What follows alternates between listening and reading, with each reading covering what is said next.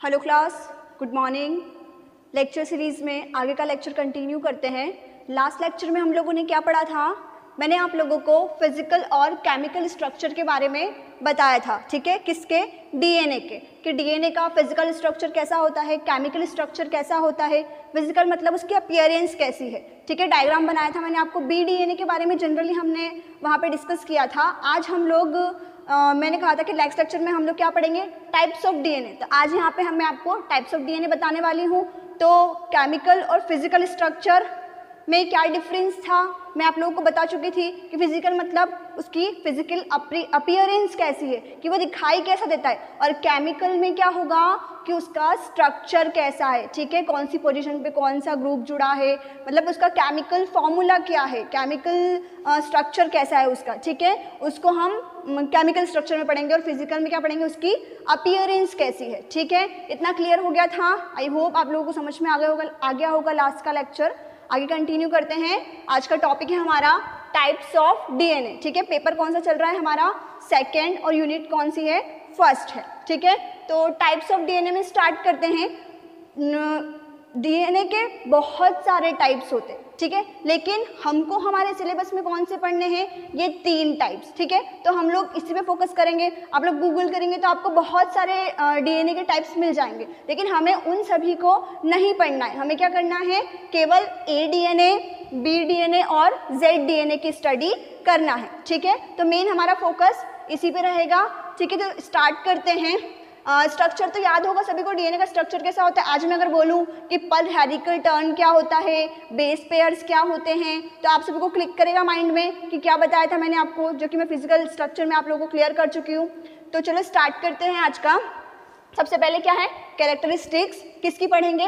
ए DNA की। एक काम करते हैं, इसको हम लोग कंपेयर करके पढ़ते, ठीक है। कंपेयर, अगर मैं आपको पूरा ये बता दूंगी, फिर पूरा बी बताऊंगी, पूरा डी बताऊंगी, तो आप लोग क्या होंगे? कंफ्यूज हो जाएंगे, ठीक है। तो हमको कंफ्यूजन क्रिएट नहीं करना है यहाँ पे। इसके लिए हम क्या करेंगे? तीनों को कंपेयर करके पढ़ेंगे। ये टेबल आप लोगों को अपनी कॉपी में उतारनी है, बनानी है, मोस्ट इम्पॉर्टेंट है। इसी से आप इस पूरे आंसर को कवर कर सकते हैं, केवल इस टेबल से। आपको कोई नोट्स बनाने की ज़रूरत नहीं है, कोई थ्योरी लिखने की ज़रूरत नहीं है, ठीक है। क्लियर है इतना? तो स्टार्ट करते हैं कंपैरिजन से। तो सबसे पहले क्या है हमारा? ए डीएनए, बी डीएनए और जेड डीएनए। फर्स्ट कैरेक्टरिस्टिक्स को देखते हैं। तो इसमें क्या लिखा है? हेलिकल सेंस, ठीक है। हेलिकल सेंस क्या होता है कि जो हमारा डीएनए है वो किस सेंस में घूम रहा है, ठीक है, किस सेंस में है वो, राइट है, लेफ्ट है, राइट हैंडेड और लेफ्ट हैंडेड के बारे में मैंने आपको लास्ट लेक्चर में बताया था, तो वो क्लियर होगा, ठीक है। तो हेलिकल सेंस मतलब उसका डायरेक्शन किस साइड है वो पढ़ना है हमें, ठीक है। तो हेलिकल सेंस में जो हमारा ए डीएनए होता है वो कैसा होता है? राइट हैंडेड, मतलब राइट हैंडेड होगा, राइट साइड पूरा सही, मैंने बताया था राइट मतलब सही, मतलब सही डायरेक्शन में घूमेगा, ठीक है। ये कैसा होता है? राइट हैंडेड होता है। बी डीएनए भी क्या होता है हमारा? राइट हैंडेड होता है। और जेड डीएनए जो होता है हमारा कैसा होता है? लेफ्ट हैंडेड होता है, ठीक है। वो उल्टा होगा, ठीक है। उसका हेलिकल सेंस कैसा होगा? लेफ्ट हैंडेड, मतलब उल्टा होगा। और ए डीएनए और बी डीएनए दोनों का क्या होगा? Right handed. क्लियर है इतना? आगे बढ़ते हैं, नेक्स्ट पॉइंट पे मूव करते हैं। डायमीटर। डायमीटर मतलब क्या बताया था मैंने आपको? व्यास, ठीक है। डायमीटर क्या होता है? व्यास होता है। डीएनए की यहाँ से लेकर यहाँ तक की दूरी को क्या कहते हैं? क्या कहते हैं? डायमीटर, व्यास, ठीक है। तो डायमीटर कितना होता है? ए डीएनए का होता है। मैंने कहा था आप लोग को एक पॉइंट और इसमें ऐड करेंगे। मैंने आप लोगों से कहा था कि अगर ये टेबल आप कहीं पे भी सर्च करेंगे तो आपको बहुत सारी यूनिट्स काय में दी होगी? नैनोमीटर, ठीक है। लेकिन नैनोमीटर में मैंने आपको नहीं पढ़ाया है, मैंने आपको काय में पढ़ाया है? एंगस्ट्रॉम में, ठीक है। तो सारी यूनिट्स यहाँ पे हम कौन सी पढ़ेंगे? एंगस्ट्रॉम के अंदर पढ़ेंगे, ठीक है। क्लियर है इतना? तो डायमीटर क्या होता है? ए डीएनए का 26 एंगस्ट्रॉम। कितना होता है? 26 एंगस्ट्रॉम होता है। बी डीएनए का 20 एंगस्ट्रॉम और जेड डीएनए का 18 एंगस्ट्रॉम। मुझे पता है आप लोगों को ये यूनिट्स याद करने में थोड़ी दिक्कत होगी, पर थोड़ा रोज़ रोज़ इसको अगर लर्न करेंगे और थोड़ा सा आंखों के सामने से निकालेंगे इसको, तो आप लोगों को याद करने में ऐसे कोई प्रॉब्लम नहीं होगी, ठीक है। और ये याद करना बहुत ज़रूरी है सेकेंड ईयर में, ठीक है। सेकेंड ईयर छोड़ो, आगे भी जो हमारे फ्यूचर में जो भी हमारा क्लास में हम लोग कुछ भी पढ़ते हैं तो ये आपको एंड तक काम देने वाला है। तो इसको यहाँ पे अच्छे से पढ़ लो ताकि आगे प्रॉब्लम ना हो। क्लियर है? तो स्टार्ट करते हैं, फिर से देखते हैं। डायमीटर क्या है इसका 26 एंगस्ट्रॉम, BDNA का 20 एंगस्ट्रॉम और ZDNA का 18 एंगस्ट्रॉम। ठीक है, नेक्स्ट पॉइंट पे मूव करते हैं।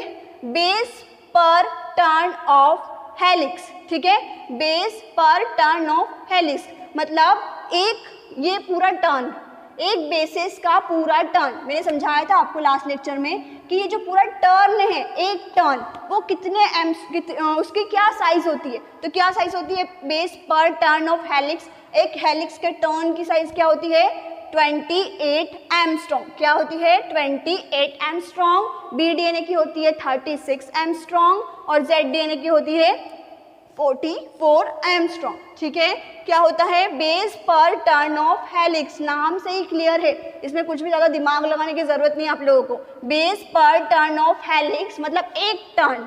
ठीक है, एक टर्न की साइज क्या है 28 एंगस्ट्रॉम, इसकी 30 एंगस्ट्रॉम और इसकी 44 एंगस्ट्रॉम। ठीक है, कंफ्यूज नहीं हो। आगे बढ़ते हैं नेक्स्ट पॉइंट पे। Base pair. ठीक है, ये बेस पर टर्न था मतलब एक टर्न में कितने बेसिस, एक टर्न में जितने भी बेसिस है उसका टर्न की साइज पता की थी हमने। ठीक है, यहाँ पे बेस पेयर पर टर्न। ठीक है, एक टर्न में कितने बेस पेयर होते हैं मतलब यहाँ पे DNA में यहाँ पे जो बेसिस जुड़े हैं, ठीक है, यहाँ पे जो बेसिस हैं वो कितने बेसिस होते हैं इसके अंदर। ठीक है, तो बेस पेयर पर टर्न कितना होता है ADNA में 11 बेसिस। ठीक है, एक टर्न में कितने बेसिस होंगे यहाँ पे 11 बेसिस होंगे।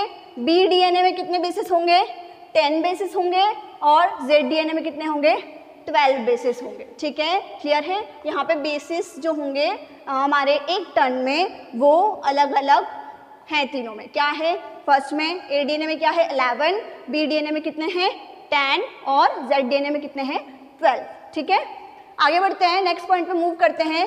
Helix rise per turn. ठीक है, हेलिक्स राइज पर टर्न मतलब उसका टर्न राइज मतलब कितना झुकता है, मुड़ता है तब। ठीक है, तो हेलिक्स राइज पर टर्न क्या है इसका 2.6 एंगस्ट्रॉम। BDNA का कितना है 3.6 एंगस्ट्रॉम और ZDNA का कितना है 3.7 एंगस्ट्रॉम। ठीक है, आगे बढ़ते हैं, नेक्स्ट पॉइंट पे मूव करते हैं। Conformation of glycosidic bond. ठीक है, अब मैंने बताया था आप लोगों को कि हमारा जो DNA है वो सॉरी काय का बना होता है, फॉस्फेट होती है, शुगर होती है, बेसिस होते हैं। ठीक है, तो जुड़े होते हैं आपस में, तो काय से जुड़े होते हैं ग्लाइकोसिडिक बॉन्ड के थ्रू। ठीक है, किससे जुड़े होते हैं ग्लाइकोसिडिक बॉन्ड के थ्रू जुड़े होते हैं। तो मैंने आपको बताया था प्यूरिन्स और पिरिमिडिन्स दो होते हैं हमारे। ठीक है, तो ये क्या है आपका प्यूरिन और ये क्या है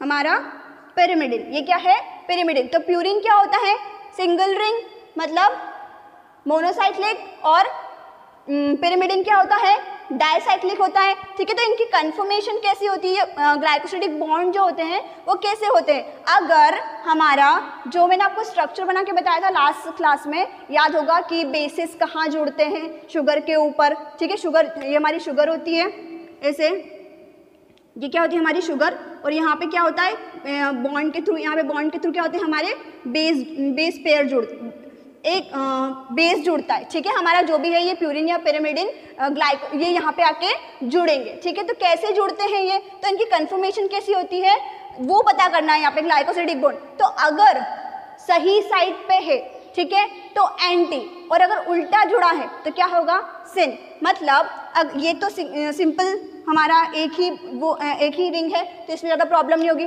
लेकिन अगर ये वाला स्ट्रक्चर अगर उल्टा हो जाए, मतलब कैसा हो जाए,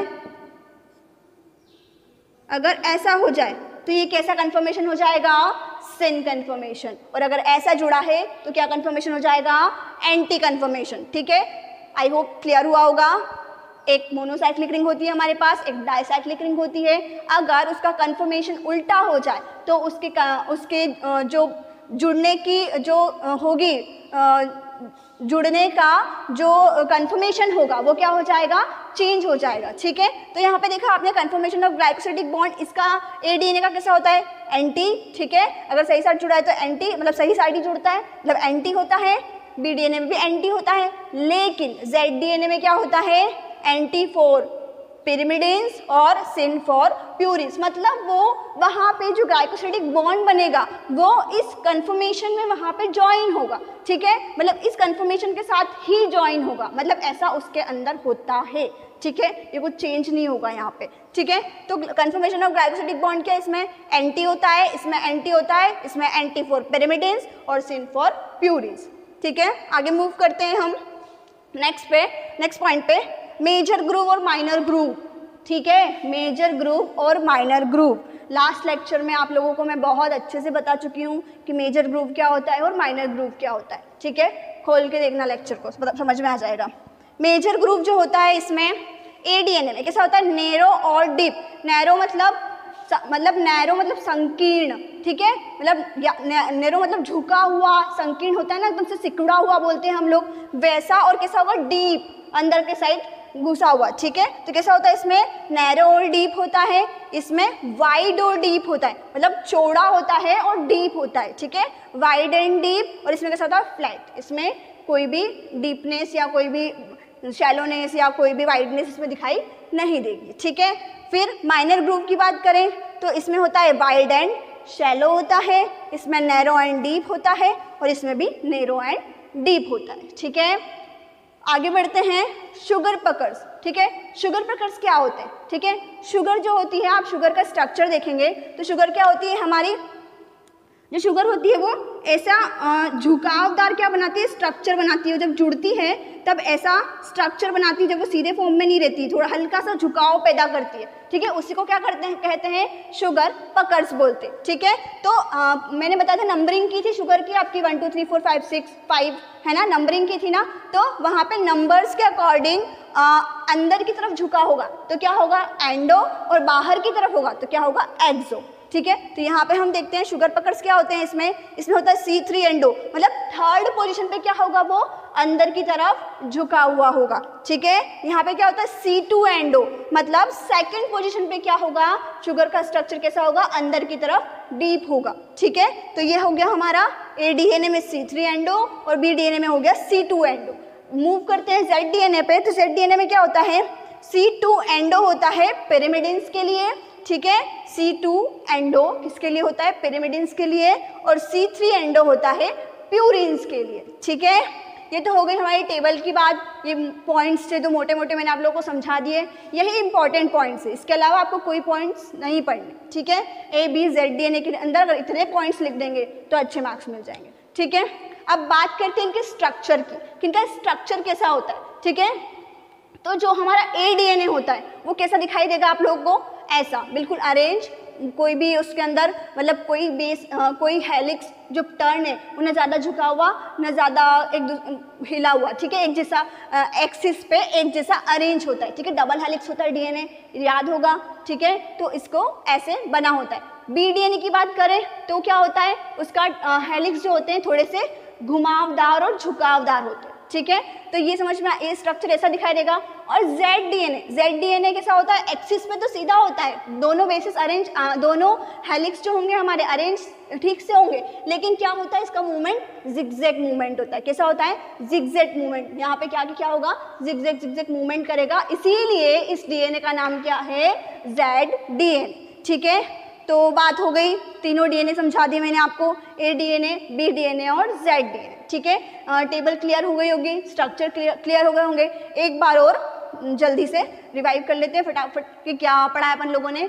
टाइप्स ऑफ डीएनए पढ़ा है, 3 टाइप्स के होते हैं, एडीएनए, बीडीएनए और जेडडीएनए। ठीक है, एडीएनए के अंदर हेलिकल सेंस कैसा होता है, right handed and left handed. अब डिटेल में नहीं बताऊंगी, बता चुकी हूँ पूरा, केवल टेबल समझा रही हूँ। ठीक है, फिर क्या आता है अपना डायमीटर 26 एंगस्ट्रॉम, 20 एंगस्ट्रॉम और 18 एंगस्ट्रॉम। आगे मूव करते हैं, बेस पर turn off helix 28 angstrom, 36 angstrom, 44 angstrom. ठीक है, फिर बेस पेयर पर टर्न 11, 10, 12। ठीक है, helix rise per turn 2.6 angstrom, 3.6 angstrom, 3.7 angstrom, ठीक है। Next conformation of glycosidic bond, anti for pyrimidines, syn for purines, ठीक है। मेजर ग्रुप कैसा होता है, narrow and deep, wide and deep और फ्लैट, मतलब सीधा होता है, उसमें कोई डीपनेस नहीं होती है। Minor group wide and shallow, narrow and deep, narrow and deep, ठीक है। शुगर पकड़्स की बात कर ले, C3 endo, C2 endo, C2 endo for pyrimidines और C3 एंडो फॉर प्यूरिन्स, ठीक है। और स्ट्रक्चर बोर्ड पे बनाया गया एसी का ऐसा के ऐसा सेम टेबल मैं आप लोगों की कॉपी में देखूंगी, तो इसको नोट कर ले, समझ लें। ये टॉपिक हमारा आज यहाँ पे कंप्लीट होता है। ABZ-DNA के टाइप्स बता दिए हैं, केमिकल फिजिकल स्ट्रक्चर हम लोगों ने पढ़ लिए हैं। आगे हम लोग TM value, denaturation of DNA, melting temperature of DNA, इसके बारे में स्टडी करेंगे। आज के लिए यहीं रुकते हैं और इसको अच्छे से पढ़ लें, कोई डाउट आता तो पूछ लें और पढ़ाई स्टार्ट कर दें। Thank you.